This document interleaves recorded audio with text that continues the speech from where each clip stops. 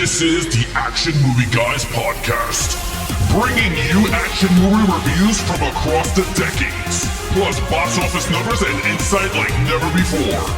And now, your hosts of the Action Movie Guys podcast, Alex and Nate.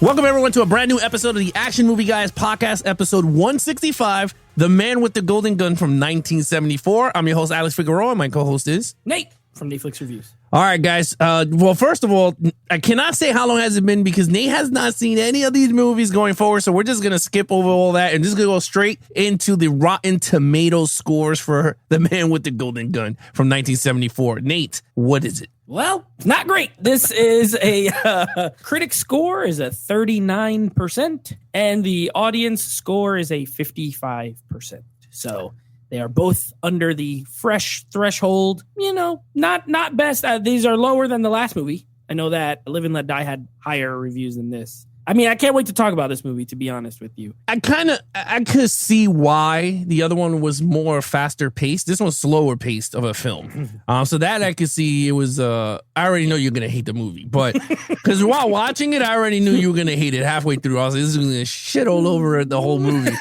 Maybe I loved it. Oh, no, you did not. I already know you watching these Bond movies. I was like, this dude's going to shit on it. But no, but I could see why those numbers are super low across the boards. I mean, you said a 30 for the critics? 39. Yeah, I kind of figured that. Yeah, that's pretty interesting though. And then you have a legendary character as Christopher Lee, right? In the movie. But anyway, with that said, all right, so let's get right into the opening sequence. So the song The Man with the Golden Gun was sang by Lulu. I hope I said it right. It is Lulu. Yeah, I thought it was Lulu. Olivia Newton-John, and then the name comes up and it's Lulu.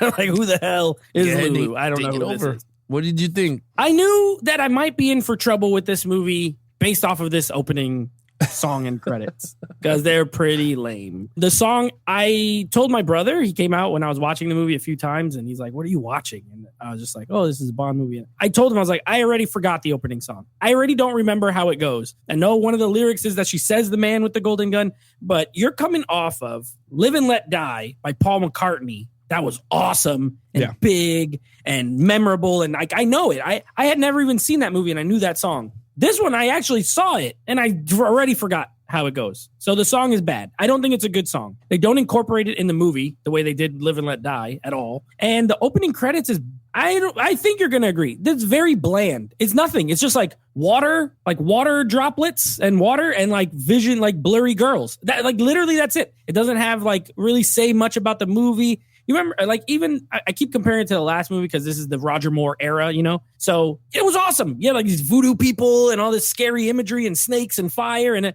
this was literally just water and people. I give the song like I don't remember. I give it like a 2. I don't think it was like it didn't hurt my ears or anything. But I give the opening credits a 1. I'm going to give it a 1.5 total. Just split the difference. Honestly, maybe of all the Bond movies we've watched, I think it's the worst one I've seen so far. It's lazy and not memorable. Yeah, I mean, when it comes to the song, I mean, I thought the song was okay, to be honest with you. It was very 70s, though. I mean, it was Matt Austin Powers galore. But, I mean, you could hum the melody. I really don't know Man with the Golden. I could hum the damn thing, but I honestly don't know none of the lyrics from there. The visuals of the video itself, man, first of all, I keep telling everyone, it's naked women behind silhouettes. I mean, through all 25 movies, there's all naked women. So that's all you're seeing, and you could see it. And this one is more clear because you can see nipples like through the silhouette. But it just made I just was lost. I was like, it's very 70s, but color. What does this have to do with anything? Yeah, it had nothing to do with anything. To be honest with you, the song itself was kind of boring at times. They did have the song in the movie though, in a few parts when he's getting into the car. Maybe because I forgot how it went. Yeah. I didn't even notice. Yeah, I could figure that because Live and Let Die is very, you could tell the so you could hear that. Yeah, so look, with that said, I gave it a 3. I thought it was good. It's not great and it's definitely not perfect. But okay, so let's get right into the lead characters now. Roger Moore as now the second time as 007. Neat. Already dropping the ball. Only second time in. For me, I think he was good. I gave him a 4 in the first movie. Besides you being absolutely correct about his accent just being flawless, like that is a English accent, perfect, very British sounding. I didn't like him in this. I didn't like him. First of all, his acting took a step back. Like, there's a lot of scenes where the acting wasn't good. And could be because of the script, that they were the last movie there was humor, but here it was like even more. They tried to like lean into like comedy, and it didn't work for me. Two, James Bond was really boring in this one. Like, he was really bland. I didn't like the character. There's no like, maybe I'm spoiled because the Bond movies I watched are the Craig movies, where he really has an arc and grows and changes. Like, there's nothing in this movie that is different from the last movie or gonna make him different in the next movie. You know what I mean? Yeah. Not only that, he was like kind of a prick. The scene with the kid on the boat, I'm like the kid is like wants him to buy the elephant, and he tells him he'll give him 20,000 baht if he can make the boat go faster, and the kid does it, and he throws him off the boat. He just chucks him off the boat. Now, for one, you could say, well, maybe he was trying to protect him from okay, sure, but there's no way he went back and gave that kid any money. That was dirty. That kid is like a little starving homeless kid, and he did James Bond a favor and he chucks him. I didn't like it. Him with the women in this one, he's like smacking ladies. I'm like, I gave him a 2. I really didn't like him in this movie. I didn't like Bond. I didn't find him interesting. I hate his fighting. I hate the fighting scenes with him. They're horrible. So I give him a 2. All right. Well, then if those are your critiques, then you're going to give him a 2 through every movie, because this is how he plays it. Yeah, it's not. Well, first of all, you got to realize, you're getting used to. You're already used to the newer modern Bonds with the actual fighting sequences and everything. 4 last movie. Yeah, but those fightings wasn't as long. It was just a short. This one he had more longer, and then the more movies that's going, it's going to be more. Okay, the fighting generally won't count my score too much. I'm just adding that in on top of a cherry on top. Right. The fighting was also bad. Yeah. I just think I'm just saying right now, if this is a 2, it's going to be a 2 for a long time, because, honestly, I gave him a 3. I thought he was good. Again, different director, different writers. Each movie is going to be a different feel to the Bonds, because, again, you're used to an arc Bond between the Daniel Craig's going from Casino Royale all the way to No Time to Die. You are getting no arc. None of this from Dr. No all the way up to the Bonds. There is no connecting stories. Now you do get connecting villains and other like cameo from like Felix Leiter or whatever. But in terms of a story arc, there's not much like in terms of that. So in terms of Bond arc, never going to work. But look, for me, I do agree. Roger Moore in this movie, I felt like the director didn't utilize his acting in this movie as much. I don't know if it's because of the 70s or whatever that year of filming, how the language and everything was, because honestly, was he good? No, he was not. It felt he was very lazy at times in some scenes. Him slapping up the women, again, 70s. And you're going to see it throughout a lot of other movies, Bond doing it. Again, he's an assassin, and he has to get the information somewhere somehow. So you got to slap somebody up. Women. He has to. But I don't know. I mean, Craig did slap up a woman, too, in his arc. But not like this. He was like, I'll break your arm. Yeah, he was like, you don't tell me. Beating her up. I was like, oh my gosh. But anyway, look, in terms of that, was Roger Moore perfect in the second one? Absolutely not. I do agree with you. The first one, Live and Let Die, he was better because I think it was a more serious movie, where this one does not feel as serious. So with that, I gave him a 3. Good. I enjoy him. I think, like I said, I enjoy his British accent. I think that's why I'm like into him, and his charm is really good. Especially when he's when he gets the bullet from the girl, he has that charm the belly there. dancer? Yeah. With that said, if this is what we're getting, he might be my least favorite Bond. It might be. Maybe he is. Someone got to be, right? I mean, one of them gay. They can't all be my favorite. Yeah, so I mean, someone got to be it. You never know. Might be my man Roger. Maybe I'll like him in the next one. I don't know. I didn't like him in this one, but yeah, I mean, you never know, because there are legendary films with him. I think The Spy Who Loved Me is a big one for him. You Only Live Twice is another big one in his resume. A View to a Kill is my joint, but I go in, open mind, open heart every single. All right, here we go. Main villain Christopher Lee as my man Scaramanga. Yeah, so this was much better. He was much better than Roger Moore in this movie. He should have been James Bond. He was better. I liked him. Now, my man's got 3 nipples. That was kind of weird. I'm like, what is this? Just the opening of the movie. Like they zoom in on his chest so they could show his 3 nipples. I'm like, okay. And this movie had a lot of weird stuff. I guess we'll get to it in storyline. But anyway, he was smooth. He was suave. He had an island, you know? He was an assassin. Now, how did he get so rich? I have no freaking idea, but whatever. He's stupid rich. And he is, his ultimate, you know, plot is he's making like solar energy, but without like the sun, pretty much. It's like manufactured solar power that he's going to sell and, you know, whatever. The villain always has some big master plan. Yeah. Last movie, it was all like heroin. And this movie, it was the solar power. So that being said, he got better. I mean, well, I gotta save that too. He was cool. I liked him. I like his little gun. It only holds 1 bullet. It's, you know, he hits everybody in the face. So it's great. They die right away. 1-shot kills, just like GoldenEye, the game on N64. 1-shot kills with the golden gun. He was cool. He got a little midget manservant named Knick Knack. That was pretty funny. But I mean, he was a good villain. I liked him. I honestly liked him as much as the last villain. I don't think he was like, he's also not in it a ton. There's like long stretches where he's not there. And then he like comes at the end. And I do think Bond killed him a little too easy. And he killed him like with like still 10, 12 minutes left in the movie. Like they were still doing all this stuff. I feel like it would have been cool if he was still there kind of, you know, messing with them. But either way, I give him a 4. I think he's strong, but not super iconic. I'm waiting for like, you know, like an iconic villain. I don't think he's that, but I think he's very, very good. I liked him. I give him a 4. Yeah, I mean, when it comes to Christopher Lee as Scaramanga, I gave him a 5. He fit the criteria of every Bond villain.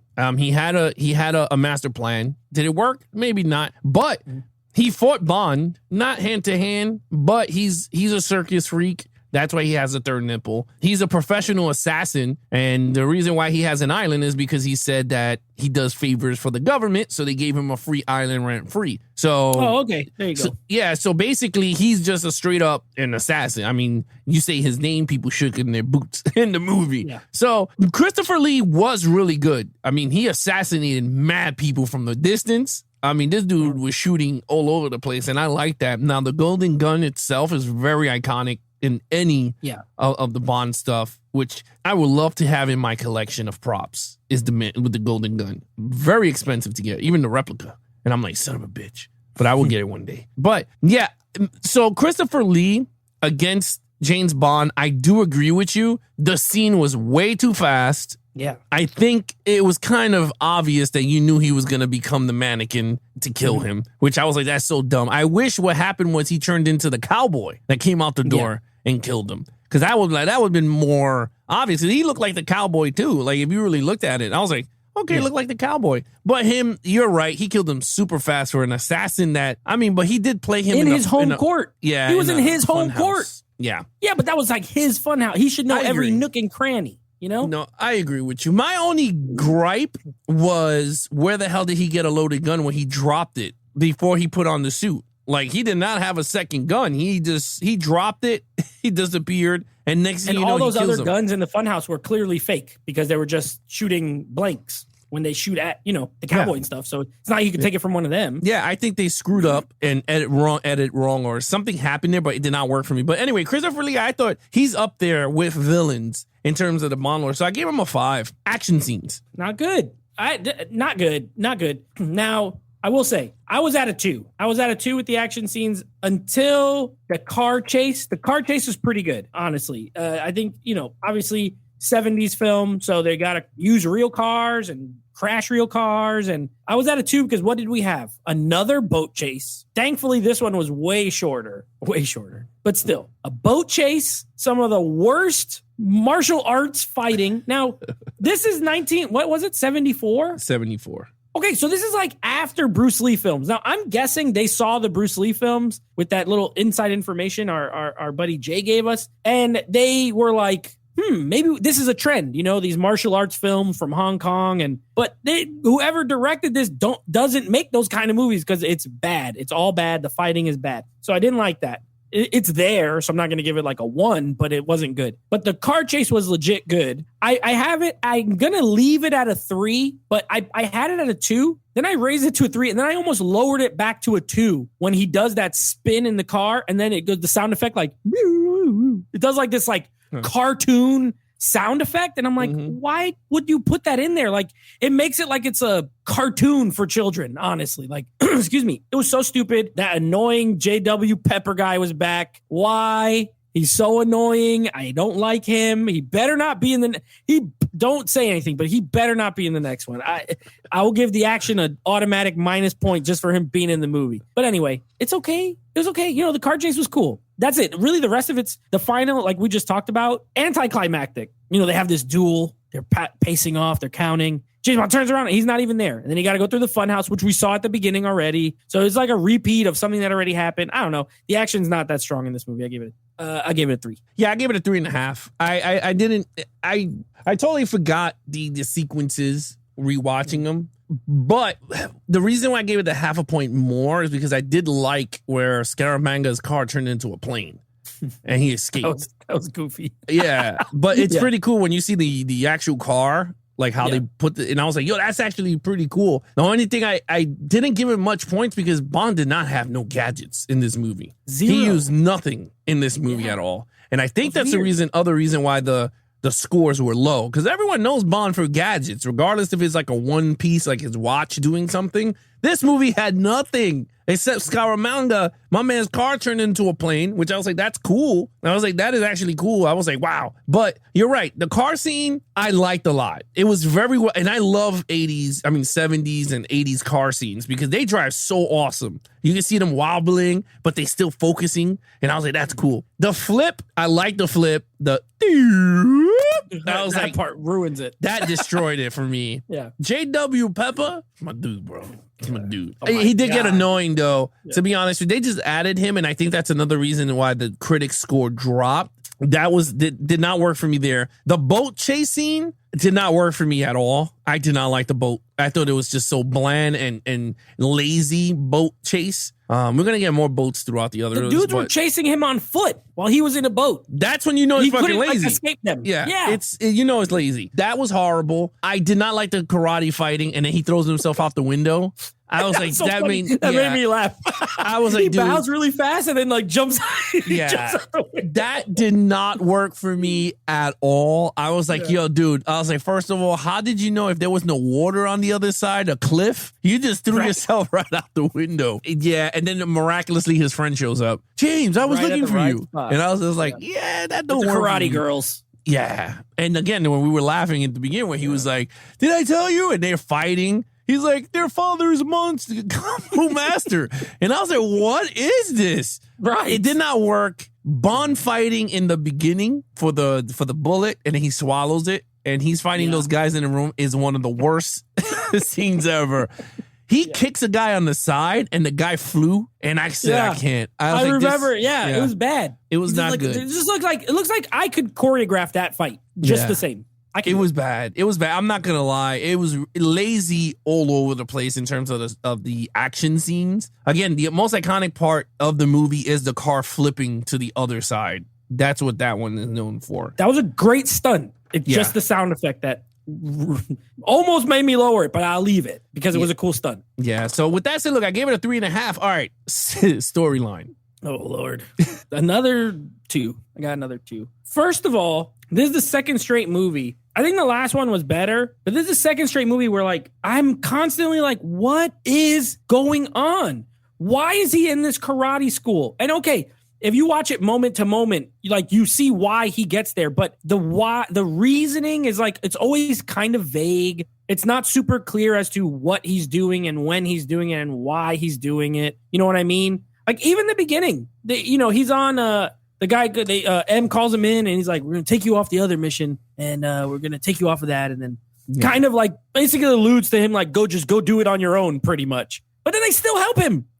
He goes in the crooked boat, in the sideways boat thing, and they still help him. And I'm like, well, they told him basically he's like off books, but really he's not off books. They're still helping him. The Chinese cop is helping him. The Kung Fu school scene is just, I did laugh. But I laugh because it's so ridiculous. Like he's sitting there in the gi, and the girls all come over to him, and they're like fanning him, and whatever. And then it's like, what is this? What is happening? And I don't know. It meanders. You're right. It's very slow. One thing I pointed out to my brother too is like everything that happens in the longest way possible. Yep. You know what I mean? Like nothing is like fast. Everything Like even the last explosion, they get on this pirate ship. They find this like pirate ship. They go in, the island blows up, and it takes like 5 minutes for this island to blow up. I'm like, why do they keep cutting back to the island blow? Like we get it. It blew up. Move on to the next part. And then they cut back to the boat, and they cut back to the explosion, and they cut back to the boat, and and it happens like, but every scene is like that in this movie. Like everything takes forever to happen. So really, this movie's only like an hour long,